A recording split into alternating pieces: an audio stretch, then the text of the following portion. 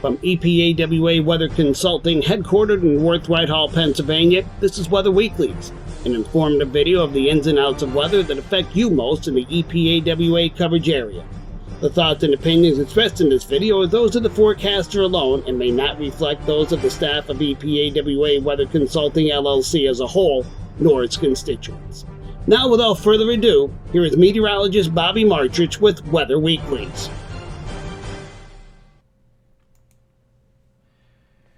Good Sunday morning to you. Another edition of Weather Weeklies for Sunday, November 27th. Hope everybody had a wonderful Thanksgiving holiday, and now we're moving past that and looking ahead to December and beyond with the Long-Range Outlook. I do have this outlook for the next 5 to 6 weeks, which is all we do in the Weather Weeklies videos on Sundays, but we are seeing some signs of change come onto the models that we have had projected for a very long time.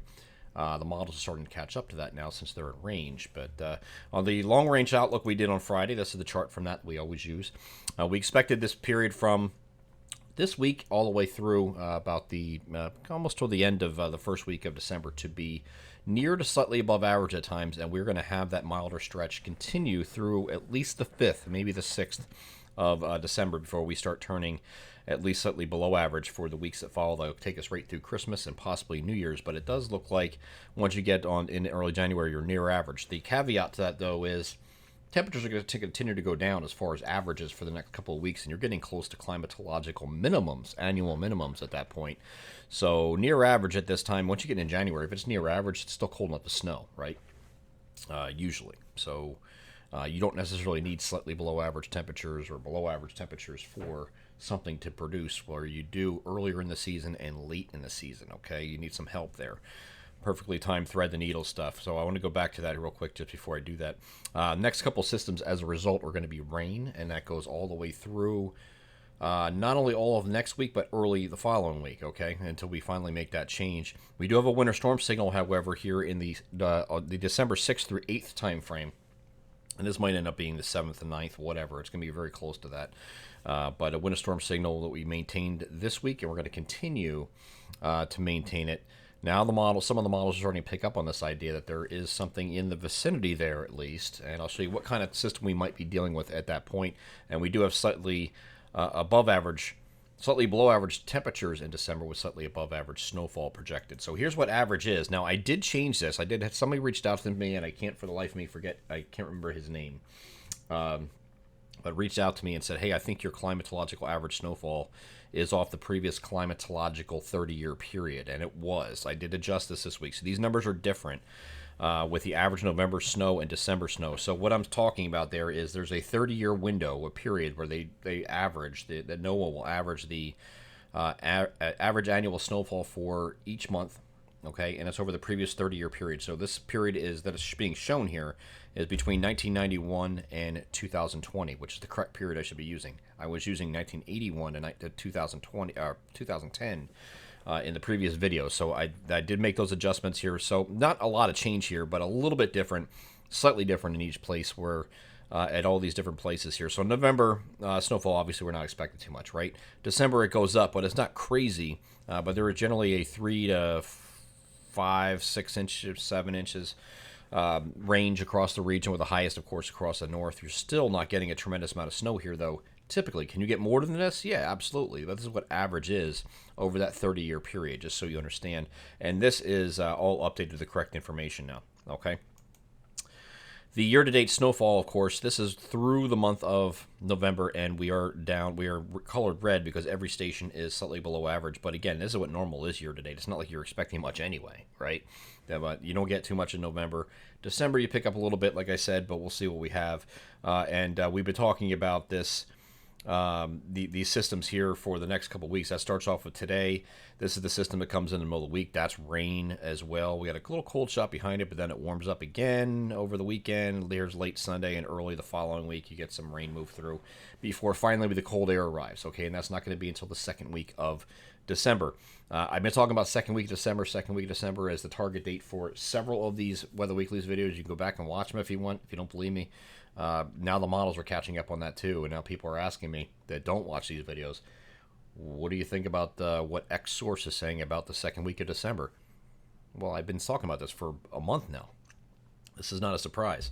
to me at all. So the second week of December is when we are. I knew we were going to have that moderation period end of November and the first week of December, and then we were talking about second week being the chances for snow going up. And here is the Euro Weeklies that last ran on Thursday evening. Guess what this black line represents? Any guessers? That black line represents the beginning of the second week of December. So what does that mean? That means you don't have any snow up here, or no snow there. I don't know why my little thing's so small. Try this again. So this, oh, that's way too big. Anyway, you get the point. The beginning of the second week of December is this line right here. Okay, so anything past this point, this is all individual ensemble snowfall showing accumulated snowfall happening after that point. So it's no surprise because this is the time when we're expecting it to be colder and remain cold, right? So the ensembles still have this snow signal. This is not a tremendous amount of snow, and it doesn't need to be. Again, you don't have a lot of what average is at these locations. This location I'm using here is Allentown Lehigh Valley International Airport, since it's our centermost point. Well, average snowfall in December there is 4.6 inches. A lot of these have at least that, right? Some have a little less than that, but it still has accumulating snowfall is the point. Which we're not waiting till January, like we have been in previous years to see our first snow. So I do want to address one thing that was talked about a lot this week on different social media outlets with people spreading misinformation about the polar vortex, talking about we're going to have a polar vortex split. Well, what is that? Well, we're talking about the stratospheric polar vortex, not the tropospheric. They're two different things, right? If you have a colder stratosphere see how big these arrows are, a stronger zonal wind flow up in that area, you're going to have a cold bottled up in the Arctic Circle and up to the North Pole, right? It does not able to escape southward. You don't get a lot of cold. You get some warmer, basically warmer conditions for a while. And if you have a less cold stratosphere, it is susceptible to displacements and splits and is able to disperse that cold into the mid-latitudes, okay, whether that be over Europe or Asia or North America, United States, whatever. It's allowed to spill out of there because you have a displacement or split. Here's another look at that from a different perspective. Again, look at the big arrows here. Stronger vortex contained over the poles. If you have strong zonal winds up in this region. If you have a weaker jet stream, weaker polar vortex susceptible to displacements or splits, you can get some of this cold air moving south into the mid-latitudes, and you get these Arctic outbreaks. Well, people are telling me that, wow, we have this big polar vortex split coming up. No, we don't. And I wasn't sure at first. Now I know where some of these sources were, and they were incorrect, okay? This is the zonal wind forecast for the Euro Weeklies, okay? And you can see this goes all the way through the beginning of January. All these zonal winds are very strong here for most of them. The vast majority of them are very strong, which would indicate to me that the polar vortex is not going to be split or displaced. It might be stretched a little bit. That's not going to be a split. Okay, there's going to be no split vortex that is going to occur between now and early January, according to this. Okay, and I don't see any sign of that either. Again, there could be some stretching of it, but whoop-de-doo, right? We're not going to have any sudden stratospheric warming events. And if you do have something like that happen, usually it takes a couple weeks before you feel the effects of that get down to the lower troposphere and where we live. And that's even if it does. So if anybody's talking about the polar vortex, just ignore that nonsense because they don't know what they're talking about. Most people don't. But they see these little things because they're publicly available. They see these charts. They think they know what they're looking at. They don't.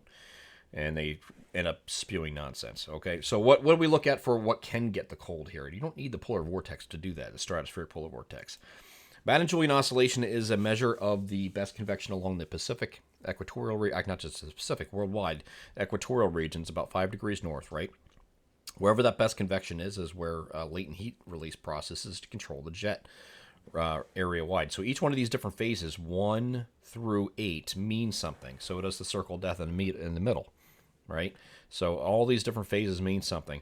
And the GFS ensemble, right, and which is on this extended ensemble, and the Euro Weeklies are showing something similar. Start phase 7, going through briefly phase 8, then the circle of death, maybe phase 6, and then it loops back here in phase 7 again, kind of like that. European Weeklies does something similar here, but it just keeps it into the circle of death and it loops in here forever. Okay, it doesn't take it out any further than that. So I will tell you that any of these phases that this matters, which is not the circle death areas, phase 7, phase 8 are colder phases. Now, they're not going to be there that long in each one of these projections, but it is a phase 7 look nevertheless. And if it's coming from, it collapses into the circle death from those regions, it'll remain cold for a period of time, for an extended period of time until something changes. Even if you get back into phase 6, like it's shown here on the GFS Ensemble, this phase 6 in December is a cold phase for us, okay? In phase 7, which is going to be what we're going to see in the nearer term, because they both agree on that, okay? Phase 7 looks like this, okay? So you end up with a gradient pattern. That's what's called a gradient pattern. Now, a lot of people are saying, oh, well, you don't have a very strong ridge out here in the western United States. Well, you don't usually have that in a phase 7, right? You have some blocking up here. You have a negative EPO up here. You have a negative AO here. You get the cold air coming in. And you get this gradient pattern. See that gradient? There's a separation between warm and cold in between. And we're generally going to have that once we get into the second week of December. You can see very strong blocking. This is a negative NAO, right, over Greenland. You have a slightly negative EPO here, a negative AO, obviously. And you have the ridge out here is still negative. It's kind of like this. It's a very broad. There's no big ridge out here, in other words, right? They get you this big trough in the east, or you don't have that. It's kind of like it's just a negative PNA. So what do you get in that situation?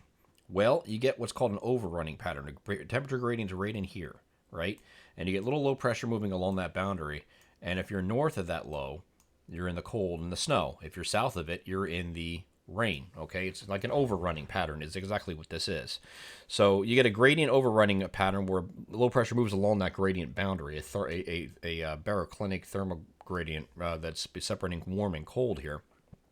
And you get that those chances for snow coming into areas further north. So that's what we're looking at look at the date here. This is December 8th, right, on the GFS Ensemble. Because of that, let me just show you this because I know some of you like to look at charts instead because you don't know what you're looking at with this. Here's the Arctic oscillation, tanks here on the European Ensemble, okay? NAO, which is the blocking Greenland, tanks on the European Ensemble, and I can show you the GFS Ensemble. It's doing the same thing. But at the same time, you're a negative, your ridge out west is not, so you're in negative PNA. So this is not, you don't have bridging out in the western U.S., but in this situation, you can get overrunning and gradient type systems. And last night, this is just an example. This is probably not gonna work out this way. But the max range, or close to the max range of the GFS operation, will look like this. You had the cold front move through here on the 6th, which ended the warmth, and there's the gradient snow right across there. Now this is giving an idea of what it could look like. This is probably not, again, the details. This is looking at look how far this is. This is beyond 10 days now. So you're in that kind of 12, 13 days out type deal where it's showing some potential for snow, but that's how it would occur. If you're going to have that in this pattern with a negative PNA, you're going to have this overrunning stuff where along this thermal gradient, I'm going to stop this right here. So you have this thermal gradient, right? And the thermal gradient, oh, Jesus, what is with I'm not sure what's with my pen today, why it keeps doing that. Let me try this again. Okay. You get this thermal gradient right here, right? And that you have low pressure moving along that boundary. So up here, it's cold enough to snow, and that's why you're getting snow on the northern side. Down here, it's not, and you're on the warmer side of this boundary. You get rain. Okay, so that's how that works. So we'll continue to look at this over the next couple of weeks. But yeah, I want to get excited about and you know what a certain model run's going to show. They're going to go back and forth and show nothing. Sometimes they're going to show maybe a storm there or a big storm maybe. I don't think this is a big storm type pattern. Again, overrunning, it just gives you some snow, but that's kind of the pattern we're going into for that second week of December, at least initially, okay? Here is the temperature anomalies going forward. This is the GFS extended. It starts with the first week of December and goes right into the second. You can see some colder temperatures relative to average coming in and staying in for the entire month of December. And the European Weekly showing the same thing. It comes in during the second week of December, and it sticks around for most of the month of December. Might, between Christmas and New Year's, just go back to near to slightly below average or whatever. But then it has a reloading here as you go into January. So it has cold for a long time, for an extended period, and for the different reasons other than polar vortex. It has nothing to do with that. All right, these are just teleconnections driving the pattern and the Madden-Julian oscillation. So you don't necessarily need that, okay? Here are the sea surface temperatures. Just to update you this week. Again, this is still a La Nina favoring the eastern areas for the strongest, or the strongest part of the La Nina is in the eastern regions closest to the Peruvian coast. And we can see that in the raw numbers here, but they are continuing to remain at or slightly above what they were last week. This is the change from last week. These numbers are coming up. They are still at weak La Nina territory, but they are coming up very, very slowly. I expect that to continue through the month of December. We still see that very slow climb like this, very slow. And then once you get into January, I think you might even get into ENSO neutral territory. And this is what is shown here by the model projections as well. As you get in this December, January, February period, look at the red line where that is. It is above the threshold of 0.5, which is right here, which means you're probably going to be in a ENSO neutral at some point in this January, February, March period. I'm thinking it's going to be closer to January, though, that we're going to get into that, and that will change the ball game from what you expect on a La Nina versus an ENSO neutral. An ENSO neutral winters look like this, okay? So if you're late in the winter and somebody's trying to project late in the winter and saying, well, we're in a third-year La Nina, you might not be in a La Nina at this point, and it could mean something completely different in February and March down the road. And it doesn't necessarily mean it's going to be this either. This is just typical, right? This is a paintbrush. We'll see. But trying to project that long is a fool's errand at best, and it's just a matter of luck. That's why I don't do it. That's why we just do 5 to 6 weeks, and that's it. But we'll see where we go from here. But we're certainly going out of La Nina, as we can see, and I do think these snow chances are going to continue, beyond just that storm signal we listed. Notice that December 6th or 8th period is the first one. We'll highlight more as we go further into December, but right now that's the one that's standing out to me currently. Last 2 years of snowfall versus averages. This is another chart that I was corrected on. I remember her name was Kate. She's on Twitter, actually asked me about this, and I was using the wrong years. So I did change that. It's the last 2 years of La Nina. So it was the 2021 winter was the first one. Well, we had a lot of snow across the region, and kind of the opposite here, except for the short points last year, 2020, 2021, 2022. So this is the third year of La Nina, 2022, 2023. That's okay. So now I got that right. So we'll see where we go from here. Might be somewhere in between these two is where I'm thinking, but we'll see. Again, that's seasonal stuff. I don't do that. We'll just see where we go. We're just looking for what's going to get us jump-started, and I think we are going to get jump-started into the winter season a little bit early, but that doesn't take place until the second week of January. So to summarize, the rain events expected on several occasions today through early December with those milder temperatures in place. That probably goes through about the 5th or maybe 6th of December. Then we flip the cards here. Better chances for accumulating snow to affect more of the region December week 2 onward, but not necessarily a big hitter mixed in there. It could be a bunch of like little nickel and dimes. Maybe you get like a couple 1 to 3 inch snowfalls that add up to whatever, we'll see. See what we get. It's not. I will tell you that negative P&A and the overrunning is not necessarily a big storm pattern. Usually quick moving. You get some snow, maybe like a 1 to 3, 2 to 4, 3 to 6 type upside. I mean, it's not a lot, okay? Like I showed you that GFS run from last night. It wasn't a lot of snow, but it's some, and you're getting some accumulating snow. And if you have several of those, they add up, right? And we're watching for that gradient overrunning pattern to develop toward the end of December week 1.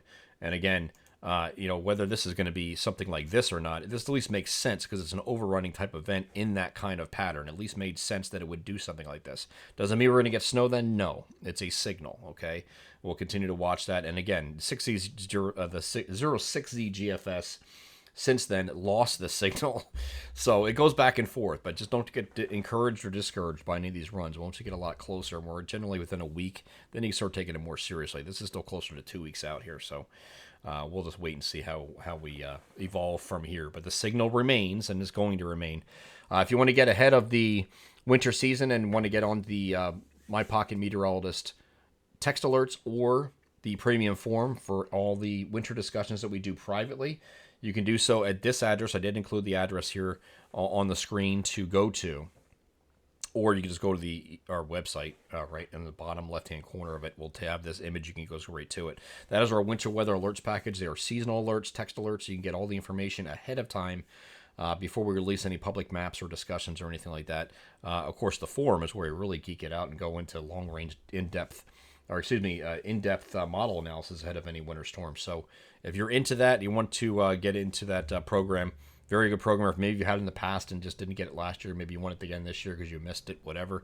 Financial situation changed. Go to this link here and check that out, and we will get you squared away with the My Pocket Meteorologist text alerts and premium forum. I'm EPAWA meteorologist Bobby Marchers. That is this edition of Weather Weeklies for Sunday, November 27th. Join us again next week, which will put us in that December 4th time frame, I believe. I think it's 1, 2, 3, 4. Yeah, December 4th. So that should be right ahead of the cold period. We should be able to see those signals. Might even become an actual winter storm at that point. It's going to be within a few days of that, so we'll see. Join us again next week for that. Take care.